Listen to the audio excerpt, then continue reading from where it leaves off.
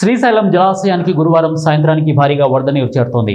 దీంతో డ్యాం 10 గేట్లను 23 అడుగుల మేర ఎత్తి నాగార్జున సాగర్కు విడుదల చేస్తున్నారు. ప్రస్తుతం జూరాల ప్రాజెక్టు నుంచి వరద శ్రీశైలం జలాశయానికి వచ్చి చేరుతోంది. సుంకేశ్ల ప్రాజెక్టు నుంచి భారీగా వరద వచ్చి చేరుతోంది. ముందు జాగ్రత్త భాగంగా ఇప్పటికే 6,47,179 క్యూసెక్ల వరద శ్రీశైలానికి చేరగా 10 గేట్ల 23 అడుగుల ద్వారా 6,09,402 క్యూసెక్ల నీరు దిగువకు విడుదల చేసినట్లు తెలుస్తోంది. ఇక అధికారులు కుడి ఎడమ విద్యుత్ కేంద్రాల్లో విద్యుత్ ఉత్పత్తి కొనసాగుతోంది. జలాశయం పూర్తి నీటి మట్టం 885 అడుగులు కాగా ప్రస్తుతం 883 అడుగులకు వరద నీరు చేరుకుంది. అదేవిధంగా దసరా సెలవులు మరియు శని ఆదివారాలు కావడంతో శ్రీశైలం మల్లన్నను దర్శించుకునేందుకు వచ్చిన భక్తులు జలాశయం వద్ద సందర్శకుల తాకిడి ఎక్కువైనట్లు మనకు ఫోటోలకు పోజులిస్తున్నట్లు కూడా మనకు కనపడుతోంది.